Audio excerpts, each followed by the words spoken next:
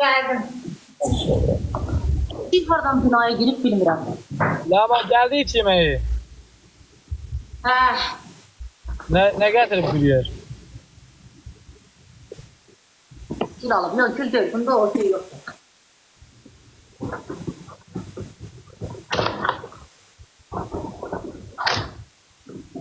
Aha, göster de bir göreydi biz. Sıra burada yazmışam. Ne yazmışım? Ömrümü yedin. Aha.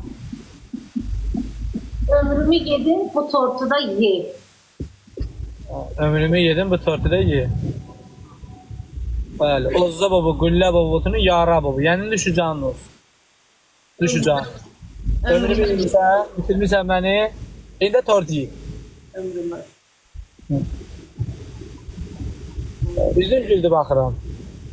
Ya sözə gülməyim. Ya üzüm gülür, üzüm gülür. Ama sözə gülməyim gəldi, atacanı. Ya üzüm gülür. Düşüncə səndən çıxardı ancaq. Ömrümü yedin, bu tortuda ye, smiley. Kızlar.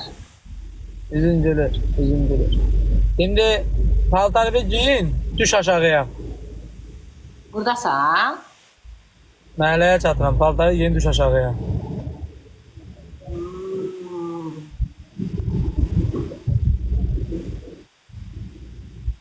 Bəzən düzənməyir, normal paltar giyin gedər.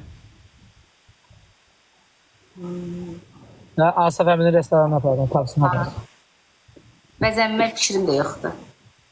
Giyin, düş aşağıya. Gözə bir dəqiqə tutmaz. Gəldi. Bir dənə qızlar, məni bundan screenshot edin, atarsınız. Yəni, Ne eləsinlər? screenshot. SS desəm bəsdir. Screenshot. SS. Görsənir. Bunu atmayın, biz screenshot edin.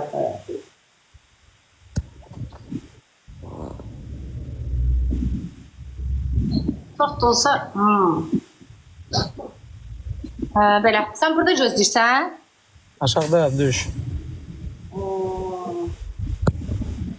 Yaxşı, onda gözləyim gəlim. Uşaqlar, siz söhbət edin.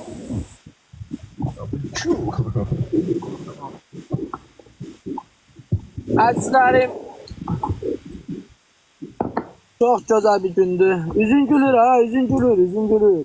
Baxıram üzün gülür. Gülmürəm, Hortun sözlərinə gülməyim gəldi. Sən deyəndir, sən deyəndir.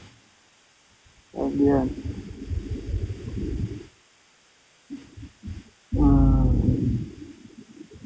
Uşaqlar, bayaq onu danışırdım sizdən. Yəni, biraz romantik